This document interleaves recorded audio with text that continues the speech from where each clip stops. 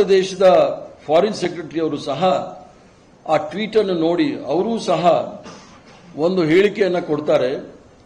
ಆ ಮಾಧ್ಯಮದವರಿಗೆ ಹೇಳಿಕೆ ಕೊಡ್ತಾರೆ. ಅದರಲ್ಲೂ ಸಹ ಡೊನಾಲ್ಡ್ ಟ್ರಂಪ್ ಅವರ ತೀರ್ಮಾನವನ್ನು ಅವರು ಹೇಳ್ತಾರೆ. ಇದಕ್ಕಿಂತ ಸ್ಪಷ್ಟವಾದ ಉತ್ತರ ಯಾರಿಗೂ ಬೇಕಾಗಿಲ್ಲ. ಮೂರನೇ ರಾಷ್ಟ್ರ ಅಥವಾ ಮೂರನೇ ಸಂಸ್ಥೆಗಳು ನಮ್ಮ ರಾಷ್ಟ್ರದ ಎರಡು ರಾಷ್ಟ್ರದ ಮಧ್ಯೆ ಸಮಸ್ಯೆಗಳಿಗೆ ತಲೆ ಹಾಕಬಾರದು ಅನ್ನೋ ವಿಚಾರದಲ್ಲಿ ನಾವು ಸಂಪೂರ್ಣವಾಗಿ ಶರಣರಾಗಿದ್ದೀವಿ ಅಂತ ಹೇಳಿದ್ರೆ ತಪ್ಪಾಗಲಾರದು. ಬಿಜೆಪಿಯವರು ಕೂಡ ನನಗೆ ಹೇಳಬೇಕಾಗುತ್ತೆ, ಅವರು ಶಿಮ್ಲಾ ಒಪ್ಪಂದವನ್ನು ಒಪ್ಕೊಂಡಿದ್ದಾರಾ ಇಲ್ವಾ ಅಂತ ಹೇಳಿ. ಆ ಒಂದು ಶಿಮ್ಲಾ ಅಗ್ರಿಮೆಂಟ್ ಅಲ್ಲಿ ಬಹಳ ಸ್ಪಷ್ಟವಾಗಿದೆ, ಯಾವುದೇ ಮೂರನೇ ರಾಷ್ಟ್ರ ನಮ್ಮ ಮಧ್ಯದಲ್ಲಿ ತಲೆ ಹಾಕೋಂಗಿಲ್ಲ ಅಂತ ಹೇಳಿ. ಈ ಯಾವ ಪರಿಸ್ಥಿತಿಗೆ ನಾವು ಬಂದಿದ್ದೀವಿ ಅಂತ ಹೇಳಿ, ಯಾಕಂದ್ರೆ ಇವತ್ತು ವಿಶ್ವಗುರು ಅಂತ ಹೇಳಿ ತಿರುಗ್ತಾ ಇದ್ದಂತ ಪ್ರಧಾನಮಂತ್ರಿಗಳು ನಾಳೆಯಿಂದ ವಿಶ್ವಗುರು ಅಂತ ಹೇಳಲಿಕ್ಕಾಗೋದಿಲ್ಲ. ವಿಶ್ವಗುರು ಅಂತ ಹೇಳಿ ಟ್ರಂಪ್ ಅವರು ಪುನಃ ಸಾಬೀತು ಮಾಡಿದ್ದಾರೆ, ಇದೇ ಪ್ರಪಂಚಕ್ಕೆ ನಾನೇ ವಿಶ್ವಗುರು ಅಂತ ಹೇಳಿ. ಅದು ಭಾರತ ದೇಶದ ಸ್ಥಿತಿ ಯಾಕೆ ಬಂದಿದೆ ಅಂತ ಹೇಳಿದ್ರೆ, ಟ್ರಂಪ್ ಹೇಳ್ದಂಗೆ ನಾವು ಯಾರ ಹತ್ರ ತೈಲವನ್ನು ಖರೀದಿ ಮಾಡಬೇಕು, ಟ್ರಂಪ್ ಹೇಳ್ದಂಗೆ ಯಾರ ಹತ್ರ ನಾವು ಫೈಟರ್ ಜೆಟ್ಗಳನ್ನ ಖರೀದಿ ಮಾಡಬೇಕು, ಟ್ರಂಪ್ ಅವ್ರು ಹೇಳಿದಾಗೆ ನಾವು ಯಾವ ಟಾರಿಫ್ನ ನಾವು ಇಂಪೋಸ್ ಮಾಡಬೇಕು, ಟ್ರಂಪ್ ಹೇಳ್ದಂಗೆ ಟೆಸ್ಲಾದವ್ರು ಬರಬೇಕಾ ಬೇಡವಾ ಅಂತ ಅವ್ರು ತೀರ್ಮಾನ ಮಾಡಬೇಕು. ಮತ್ತೆ ಭಾರತ ದೇಶ ಯುದ್ಧ ಮಾಡಬೇಕಾ ಬೇಡವಾ ಅನ್ನೋದು ತೀರ್ಮಾನ ಟ್ರಂಪ್ ಮಾಡೋಗಿದ್ರೆ, ಇದು ನಮ್ಮ ಸ್ವಾತಂತ್ರ್ಯ ಹೋರಾಟದ ಎಲ್ಲ ಸ್ವತಂತ್ರ ಹೋರಾಟಗಾರರಿಗೂ ಮಾಡಿರ್ತಕ್ಕಂಥ ಅಪಮಾನ. ಅದಲ್ಲದೆ ನಮ್ಮ ಸೈನಿಕ ಬಲದವರಿಗೂ ಸಹ ಅವ್ರಿಗೆ ಕುಂದತಕ್ಕಂಥ ಕೆಲಸ ಮಾಡ್ತಕ್ಕಂಥ ಕೆಲಸ. ಮತ್ತೊಂದು ಪ್ರಶ್ನೆ ಏನು ಅಂತಂದ್ರೆ, ಈ ಒಂದು ಮಧ್ಯದಲ್ಲಿ IMF ಅವರು ಸುಮಾರು 1.2 ಬಿಲಿಯನ್ ಹಣವನ್ನ ಏಡ್ ಮೂಲಕ ಕೊಡ್ತಾರೆ. IMFನ ಅದನ್ನ ನಿಲ್ಲಿಸ್ಲಿಕ್ಕೂ ಸಹ ನಮ್ಮ ಕೈಯಲ್ಲಿ ಆಗಲಿಲ್ಲ. ಯಾಕೆ ಅದಕ್ಕೆ ಇವರು ಗೈರಾಜರಾದರು ಅನ್ನೋದನ್ನು ಸಹ ಅವ್ರು ಹೇಳಬೇಕಾಗತ್ತೆ. IMF ಅಲ್ಲಿ ಮೊದಲು ನಮ್ಮ ಜೊತೆ ಇದ್ದವರು, ಸಾಂಪ್ರದಾಯಿಕವಾಗಿ ನಮ್ಮ ಜೊತೆ ಇದ್ದವರು ಸೌದಿ ಅರೇಬಿಯಾ, ಟರ್ಕಿ, ಇರಾನ್ ಇವೆಲ್ಲರೂ ಸಹ ನ್ಯೂಟ್ರಲ್ ಆಗಿದೆ ಅಂತ ನೋಡಿದಾಗ ನಾವೆಲ್ಲೂ ನಮ್ಮ ನಾಯಕತ್ವವನ್ನು ಕಳೆದಿದ್ದೀವಿ ಅಂತ ಆಗಿದೆ. ಅದರಿಂದ IMF ಅಲ್ಲಿ ನಾವೇನ್ ಮಾಡಿದೀವಿ ಅನ್ನೋದು ಸಹ ಅವ್ರು ಹೇಳಬೇಕಾಗತ್ತೆ. ಅದಲ್ಲದೆ ಮತ್ತೊಂದು ಉದಾಹರಣೆ ಏನು ಅಂದ್ರೆ, ಅಮೆರಿಕದ ಮಾರ್ಕೋ ರುಬಿಯೋ ಸೆಕ್ರೆಟರಿ ಸ್ಟೇಟ್ಸ್ ಅಂತ ಹೇಳ್ತಾರೆ. ಅದರ ಜೊತೆಗೆ ನಮ್ಮ ಅಮೆರಿಕದ ಉಪಾಧ್ಯಕ್ಷರು JD ವ್ಯಾನ್ಸ್ ಅವರು ಒಂದು ಹೇಳಿಕೆ ಕೊಡ್ತಾರೆ. 48 ಗಂಟೆಗಳ ಕಾಲ ನಾವು ನಿರಂತರವಾಗಿ ಪಾಕಿಸ್ತಾನ ಮತ್ತು ಇಂಡಿಯಾ ದೇಶದವರಿಗೆ ಚರ್ಚೆ ಮಾಡಿ ಈ ಒಂದು ತೀರ್ಮಾನಕ್ಕೆ ಬರಲಿಕ್ಕೆ ಆಸ್ಪದ ಮಾಡಿಕೊಟ್ಟಿದ್ದೀವಿ, ಅದಕ್ಕೆ ನಮಗೆಲ್ಲ ಬಹಳ ಸಂತೋಷ ಅಂತ ಹೇಳಿ. ಅವರು ನಮ್ಮ ದೇಶದ ಪ್ರಧಾನಮಂತ್ರಿ, ಪಾಕಿಸ್ತಾನದ ಪ್ರಧಾನಮಂತ್ರಿ ಆಗಿರ್ತಕ್ಕಂಥ ಶಹಬಾಜ್ ಶರೀಫ್ ರವರು, ಅಲ್ಲಿರ್ತಕ್ಕಂಥ ಮಿಲಿಟರಿ ಕಮಾಂಡರ್ ಅಸೀಮ್ ಮುನೀರ್ ಅವರು, ಮತ್ತೆ ಅಸೀಮ್ ಮುನೀರ್ ಅವರು ಫಾರಿನ್ ಸೆಕ್ರೆಟರಿ, ಮತ್ತೆ ನಮ್ಮಲ್ಲಿ ಇರ್ತಕ್ಕಂಥ ಫಾರಿನ್ ಸೆಕ್ರೆಟರಿ ಜೈಶಂಕರ್ ಅವರು, ಇವ್ರ ಜೊತೆ ನಿರಂತರವಾಗಿ ಮಾತಾಡಿ ನಾವು ಈ ತೀರ್ಮಾನಕ್ಕೆ ಬಂದಿದ್ದೀವಿ ಅಂತ ಹೇಳಿದಾಗ, ನಾವು ಯಾವ ಮಟ್ಟದಲ್ಲಿ ಈ ದೇಶದ ಗೌರವವನ್ನು ಕಾಪಾಡಿದೀವಿ ಅಂತ ಹೇಳಿ ಪ್ರಧಾನಮಂತ್ರಿಗಳು ಹೇಳಬೇಕು.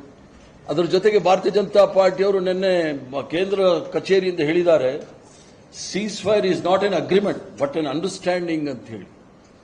ಇಷ್ಟೆಲ್ಲ ಮಾಡಿ ರದ್ದಾಂತ ಮಾಡಿ ದೇಶದಲ್ಲಿ ನಮ್ಮ ಸೈನಿಕರು ಪ್ರಾಣ ಕಳ್ಕೊಂಡಿದ್ದಾರೆ. ಇಡೀ ದೇಶ ನಮ್ಮ ಸೈನಿಕ ಬಲ ಜೊತೆ ನಿಂತಿತ್ತು. ಏನೇ ಹೋರಾಟ ಮಾಡಿದ್ರೆ ನಾವು ಇದ್ದೀವಿ ಅಂತ ಹೇಳಿ, ಅದಕ್ಕೆಲ್ಲಕ್ಕೂ ಸಹ ತಣ್ಣೀರು ಯಾಕೆ ಎರಚಿದ್ರಿ ಅಂತ ಹೇಳಿ ನರೇಂದ್ರ ಮೋದಿ ಅವರು ಹೇಳಬೇಕು ಅಂತೇಳಿ ನಾನು ಪ್ರಶ್ನೆ ಮಾಡ್ತಾ ಇದ್ದೀನಿ. ಏನಾದರೂ ಪ್ರಶ್ನೆಗಳಿದ್ರೆ ಹೇಳಿ, ನಾನು ಉತ್ತರ ಕೊಡ್ತೀನಿ.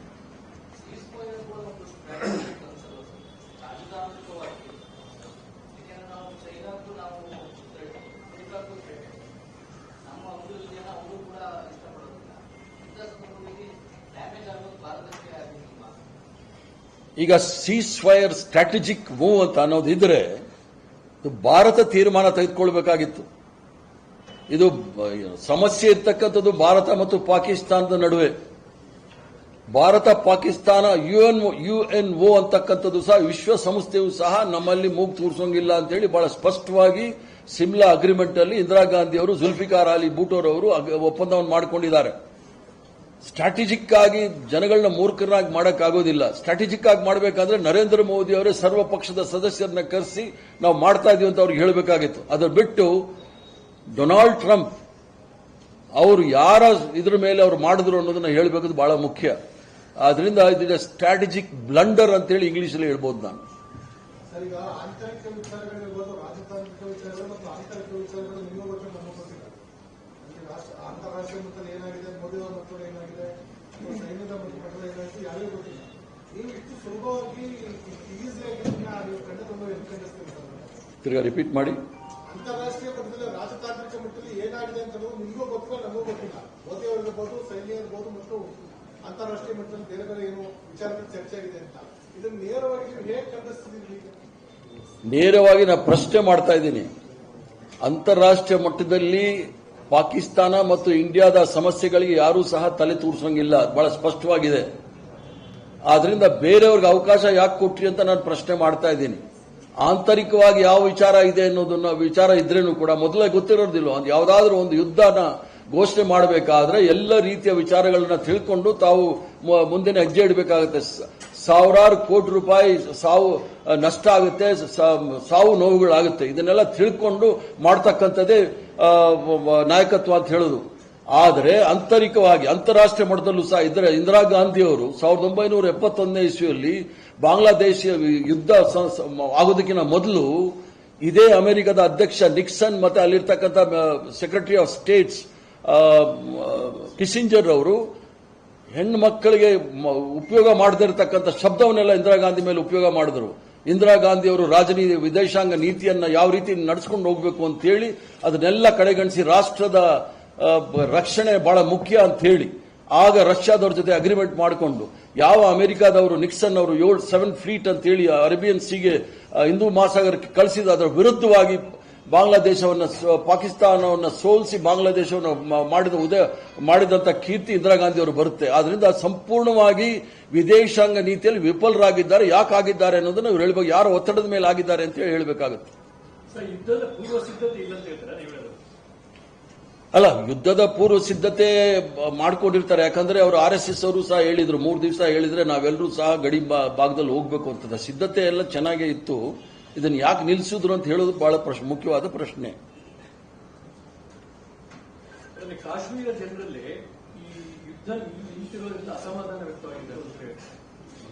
ಕಾಶ್ಮೀರ ಜನ ಒಂದೇ ಅಲ್ಲ, ಇಡೀ ದೇಶದಲ್ಲಿ ಜನ ಅಸಮಾಧಾನವಾಗಿದ್ದಾರೆ. ಯಾಕಂದ್ರೆ ನಾವು ಪಾಕಿಸ್ತಾನಿಗೆ ಒಂದೇ, ನಾನು ಹೋದ ವಾರದಲ್ಲೂ ಸಹ ನಾನು ಪತ್ರಿಕಾಗೋಷ್ಠಿ ಮಾಡಿದಾಗ ಹೇಳಿದೆ, ಪಾಕಿಸ್ತಾನದವರು ಮತ್ತೊಮ್ಮೆ ಇಂಡಿಯಾ ದೇಶದ ಕಡೆ ಕಣ್ ತಿರುಗಿ ನೋಡಬಾರ್ದು, ಆ ರೀತಿ ಬುದ್ಧಿ ಕಲಿಸಬೇಕು ಅಂತ ಹೇಳಿ. ಆದರೆ ಕೇವಲ ಕಾಶ್ಮೀರ್ ಜಮ್ಮು ಪ್ರಶ್ನೆ ಅಲ್ಲ, ಇದು ಇಡೀ ದೇಶದ ಪ್ರಶ್ನೆ. ಇಡೀ ದೇಶದ ಭಾರತೀಯರು ಪಾಕಿಸ್ತಾನಕ್ಕೆ ಈ ಬಾರಿ ಬುದ್ಧಿ ಕಲಿಸಬೇಕು ಅಂತ ಹೇಳಿ ಕಂಕಣ ಕಟ್ ನಿಂತಿದ್ರು. ಆದರೆ ಅದಕ್ಕೆ ತಣ್ಣೀರೇರಿಸಿದಂಗಾಗಿದೆ. ಕಾರಣ ಏನು ಅಂತ ನರೇಂದ್ರ ಮೋದಿ ಅವರು ಹೇಳಬೇಕು. ಜೊತೆಗೆ ಇದನ್ನ ಸಂಪೂರ್ಣವಾಗಿ ಚರ್ಚೆ ಆಗಬೇಕಾದ್ರೆ ಲೋಕಸಭೆ ಮತ್ತು ರಾಜ್ಯಸಭೆಯನ್ನು ತತ್ಕ್ಷಣವೇ ಕರೆದು ಅಲ್ಲಿ ಚರ್ಚೆ ಆಗಬೇಕು ಅಂತ ಹೇಳಿ ನಾನು ಸಹ ಒತ್ತಡ ಮಾಡ್ತೇನೆ. ಈಗ ಕದನ ವಿರಾಮಕ್ಕೆ ಒಪ್ಪಕ್ಕೆ ನೀವು ಹೇಳಿ ಪ್ರಯೋಜನ ಇಲ್ಲ. ಈಗಾಗಲೇ ನಾವು ಹೇಳಿದ್ದೇನು ಅಂದರೆ 3ನೇ ರಾಷ್ಟ್ರದವರು, ಇದು ಸಮಸ್ಯೆ ಇರ್ತಕ್ಕಂಥದ್ದು ಪಾಕಿಸ್ತಾನ ಮತ್ತು ಭಾರತ ದೇಶದ ನಡುವೆ. 3ನೇವರು ಯಾರು ಸಹ ಮಧ್ಯಸ್ಥಿಕೆ ವಹಿಸಬೇಕಾದಿರಲಿಲ್ಲ. ಏನೇ ಇದ್ರೂ ಸಹ ನಮ್ಮಲ್ಲೇ ಮಾತುಕತೆ ನಡೆದು ಮಾಡಬೇಕಾಗಿತ್ತೇ ವಿನಃ 3ನೇವರು ಬೇಕಾಗಿಲ್ಲ. ಆದ್ರಿಂದ ಎಲ್ರಿಗೂ ಸಹ ಪ್ರಶ್ನೆ ಚಿಹ್ನೆ ಬಂದಿದೆ. ಪಾಕಿಸ್ತಾನಕ್ಕೆ ತಕ್ಕ ಎಚ್ಚರಿಕೆ ಪಾಠ ಕಲಿಸುವಂತ ಸಂದರ್ಭ ಇದಾಗಿತ್ತು ಅನ್ಸುತ್ತಲ್ಲ. ಈ ಒಂದು ಅವಕಾಶ ನಮ್ಮಲ್ಲಿತ್ತು. ಅವರಿಗೆ ತಕ್ಕ ಬುದ್ಧಿಯನ್ನು ಕಲಿಸತಕ್ಕಂಥ ಅವಕಾಶಗಳಿತ್ತು. ಇಡೀ ದೇಶ, ಇಡೀ ವಿರೋಧ ಪಕ್ಷ, ಕಾಂಗ್ರೆಸ್ ಪಕ್ಷ ಎಲ್ಲವೂ ಸಹ ನಾವು ನಿಮ್ ಜೊತೆ ಇದ್ದೀವಿ, ನೀವೇನೇ ಕ್ರಮ ತೆಗೆದುಕೊಂಡ್ರು ನಿಮ್ ಜೊತೆ ಇದ್ದೀವಿ ಅಂತ ಹೇಳಿ, ಇದಕ್ಕಿಂತ ದೊಡ್ಡ ಶಕ್ತಿ ಏನ್ ಬೇಕಾಗಿತ್ತು, ತಗೊಳ್ಬೇಕಾಗಿತ್ತು ಕ್ರಮ. ತಡೆದವ್ರು ಯಾರು ಅನ್ನೋದನ್ನೇ ಪ್ರಶ್ನೆ ಮಾಡ್ತಾ ಇದೀವಿ. ಅದನ್ನ ಲೋಕಸಭೆ ಮತ್ತು ರಾಜ್ಯಸಭೆಯಲ್ಲಿ ಚರ್ಚೆ ಆದಾಗ ಗೊತ್ತಾಗುತ್ತೆ. ಯಾಕಂದ್ರೆ ಇವರು ಹೇಳ್ತಾ ಇದ್ರು, ನಾವು POK, ಪಾಕ್ ಆಕ್ಯುಪೈಡ್ ಕಾಶ್ಮೀರ್, ಪಾಕ್ ಆಕ್ರಮಿತ ಕಾಶ್ಮೀರವನ್ನ ನಾವು ವಶಪಡಿಸ್ಕೊಳ್ತೀವಿ ಅಂತ ಹೇಳಿ ಬಹಳ ದೊಡ್ಡ ದೊಡ್ಡ ಭಾಷಣಗಳು ಬರ್ತಾ ಇತ್ತು. ಏನಾಯ್ತು ಅಂತ ಹೇಳಿ ಹೇಳೋದು ಬಹಳ ಒಳ್ಳೇದು. ಕಾಶ್ಮೀರ ಸಮಸ್ಯೆ ಬಗೆಹರಿಸಿಕೊಳ್ಳಲು ಟ್ರಂಪ್ ಈ ವಿಷಯ ಕೈ ಹಾಕಿದ್ರು ಅಂತ ಒಂದು ಕಡೆ. ಈಗ ಕಾಶ್ಮೀರ್ ವಿಚಾರದಲ್ಲಿ ಯಾರೂ ಸಹ ಮೂರನೇ ಪಕ್ಷದವರು ಎಲ್ಲೂ ಸಹ ಅವರು ಮೂಗು ತೂರ್ಸಂಗಿಲ್ಲ. ಇದು ಭಾರತ ಮತ್ತು ಇಂಡಿಯಾದ ನಡುವೆ ಇರತಕ್ಕಂಥ ವಿವಾದ. ಇದನ್ನ ತೀರ್ಮಾನ ಮಾಡತಕ್ಕಂಥವ್ರು ನಾವೇ.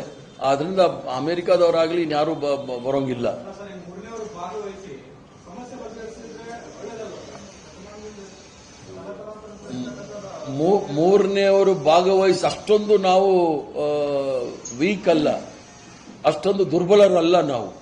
ಮೂರನೆಯವರು ನಮ್ಮ ವಿಚಾರದಲ್ಲಿ ತಲೆ ಹಾಕಿ ಮಾಡಲಿಕ್ಕೆ ನಾವು ಸಹ ಬೇರೆಯವ್ರ ತರ ಆಗ್ಬಿಟ್ಟಿರ್ತೀವಿ. ಹಾಗಾದ್ರೆ ಮೂರನೆಯವ್ರ ತಲೆ ಹಾಕಿದಾಗ ದೇಶದ ಐಕ್ಯತೆ ಮತ್ತು ಸಾರ್ವಭೌಮತೆ ಬಹಳ ಮುಖ್ಯ. ಟ್ರಂಪ್ ಚಿತ್ರವನ್ನು ಬರೆದಿದ್ದ ಕಾರ್ತಿಕ್ ಅಂತೂ 1000 ವರ್ಷದ ಸಮಸ್ಯೆ ಇದೆ ಅದು ಅಂತ. ಅವರು ಸಹ ನಾಗ್ಪುರ್ ಯೂನಿವರ್ಸಿಟಿ, ವಾಟ್ಸಪ್ ಯೂನಿವರ್ಸಿಟಿ ನೋಡಿದ್ದಾರೆ. ಕಾಶ್ಮೀರ ಸಮಸ್ಯೆ ಇರೋದು ನಮಗೆ 75 ವರ್ಷದಿಂದ. ಅವರು ಟ್ರಂಪ್ ಕೂಡ WhatsApp university, Nagpur university news ತಗೊಂಡಿದ್ದಾರೆ. Thank you. ನಾವು ಮಧ್ಯಸ್ಥಿಕೆ ಮಾಡಿದ್ವಿ ಅಂತ.